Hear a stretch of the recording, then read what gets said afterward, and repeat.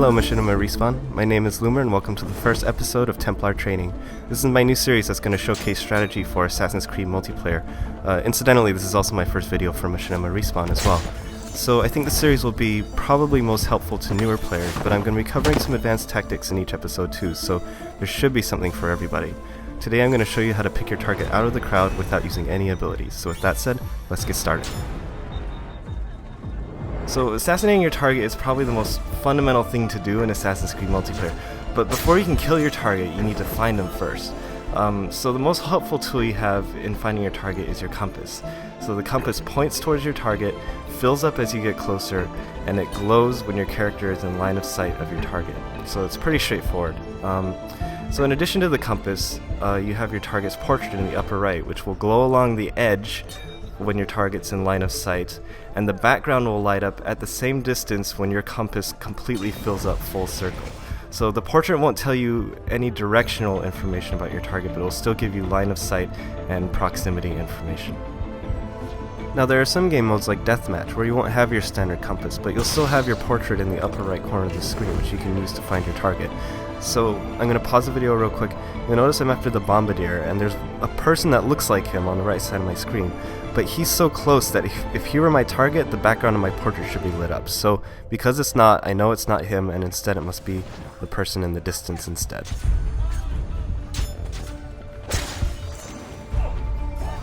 Now another easy way to identify your target is if they trigger a blue arrow above their head by doing high profile actions. So this includes any time they try to kill or stun something, or if they're kind of just generally running around like a jackass. So when this happens, hit the left trigger or whatever the lock button is on your system, and you'll get a quick lock on them to keep track of them and to hunt them down. Now when your target is alone, the compass and things like the blue arrow are usually enough to find them most of the time. Things get a little tougher when they blend into the crowd, so let's look at some ways to deal with that. Let's start by talking about one of the most fundamental and important tricks to finding your target in the crowd. It's called line of sight screening. Basically, I see two thespians down there, I don't know which one it is, so I'm going to walk around this pillar, I'm going to pause the video. You'll notice that right here, I'm in line of sight of the first thespian, but my compass is not lit up. So I'm going to keep walking around the pillar, and as soon as I get into line of sight of the second thespian, I see my compass light up, and so I know that she must be in line of sight, and that must be my target. Screening is all about putting an obstacle between you and the group that your target's in, and then using your line of sight indicator to pick out which one your target is. Alright, that was a pretty easy example, so this time let's look at something a little bit tougher. This time my target's in a morph group. As I turn the corner here, I'm going to see that she's not in the front, but I'm not quite sure which one she is. So as I slow this down, what I'm going to try to do is I'm going to try to casually turn the corner here, and I'm going to use the edge of the crate to do a second round of screening as she walks by. And as that happens, you can see this is a much better angle. I can easily pick out which one she is and take her out. So the one thing about line of sight screening is that it's very easy to give yourself away, especially if you're just walking back and forth behind a pillar or by the corner of a wall. So you have to be very careful about how you approach your target and try to act as naturally as possible.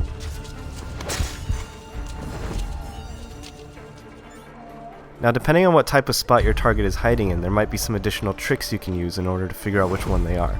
For example, when you sit on a bench, you might notice that for the first several seconds, you will always start out in the hunched over position before possibly leaning back. So what this means is that if you know your target is just sat down on a bench in the last few seconds and you see only one person hunched over, you know exactly who your target is, as my clanmate Great White will help me demonstrate in this segment here.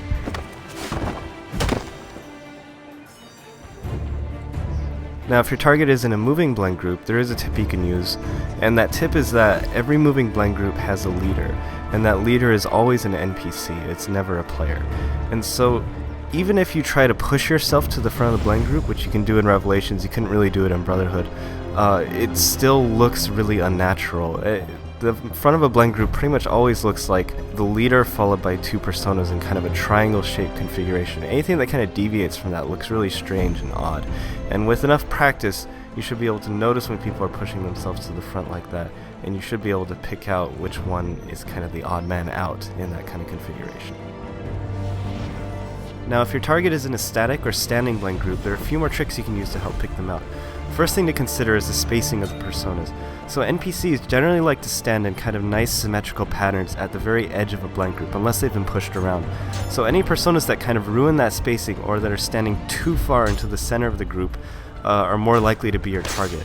So a good trick I like to use in this situation is to kind of, for any given persona, visualize what the group would look like if they weren't in it. The more uniform and even the resulting blend group is, the more likely it is that that persona is your target.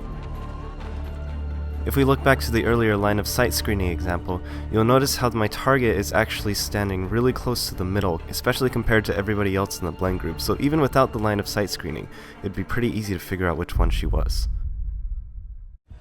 Another thing to look for is if your target twitches or kind of readjusts themselves when they're standing in a blend group, which NPCs almost never do, unless they're glitched, which can happen from time to time. But for the most part, if you see anybody doing this, you have a very high probability of knowing that that is who your target is. As you can see here, we have another nice example of somebody who's twitching in their blend group, so it's very easy to pick out which one they are.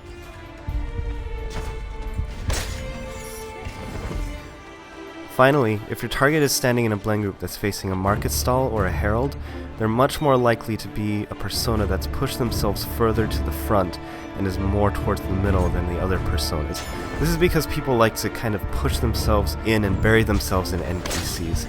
That nobody likes to kind of stand on the outer edge of these types of blend groups. It makes them feel unsafe and exposed. They like to have a set of bodies in between themselves and where you might be approaching from. You'll notice that sometimes you can also catch them facing odd directions in case they hadn't had time to readjust themselves in the blend group, although again, there are sometimes glitchy NPCs that will be facing these odd directions as well. Now the same logic that applies to blend groups in front of market stalls can also be applied to blend groups that are next to walls or corners. You're much more likely to find your target kind of pressed up against the wall or corner because again, they like to bury themselves in NPCs and put bodies between themselves and their pursuers. Now it's important to note that for most of these recent tips I've given you, these are not guarantees by any means. They're kind of just meant to be rules of thumb to give you better odds than if you were just randomly guessing which one your target was. At the same time though, there's a very strong psychological element to this game, and if you can get inside the head of your opponents, you'll be greatly rewarded for it, more so than the average multiplayer game. That does it for this episode of Templar Training. Next week I'll show you how you can also find your target using abilities in certain ways, and in the future I'll show you how to identify and eliminate your pursuers. Be sure to check out my channel for more Assassin's Creed videos, and I'll see you next time.